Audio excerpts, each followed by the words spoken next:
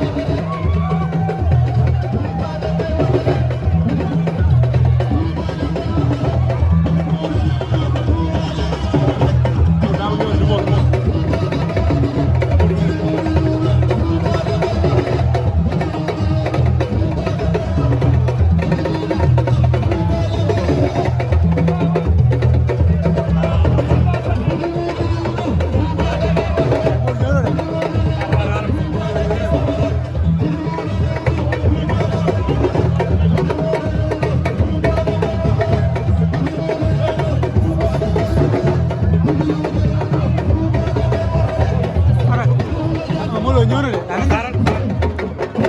kay lay bañ d'abord rek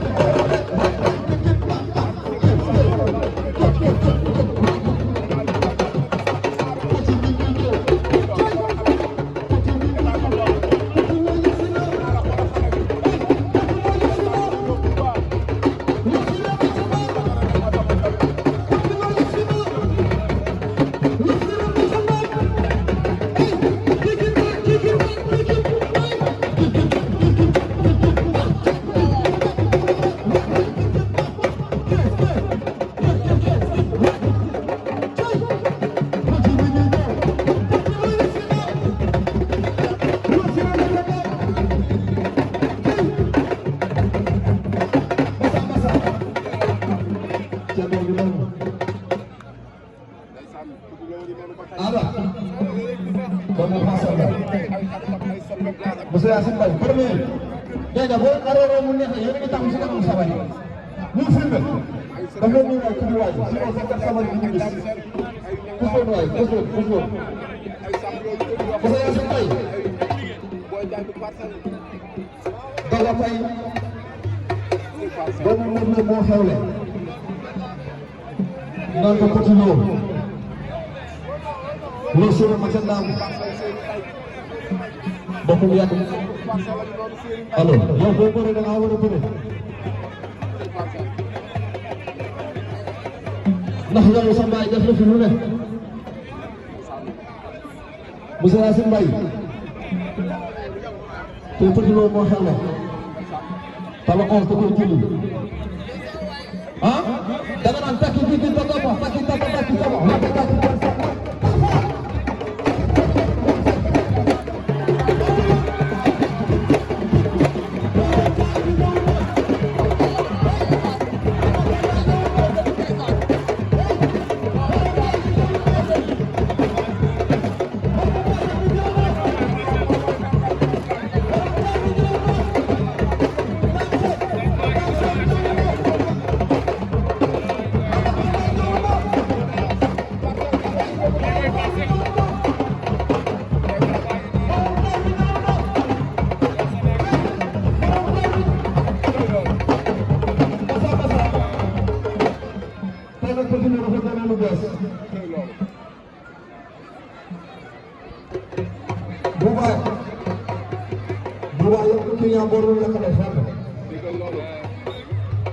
loolu xaalis waaw bëgg nañoo suñu bees la.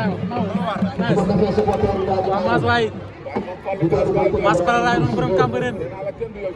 lu mu réewul baaxul borom TikTok baa ngi noonu Mass Parara waa suñu waaji waay doomu nayu ne ko rel kenn du Mass waay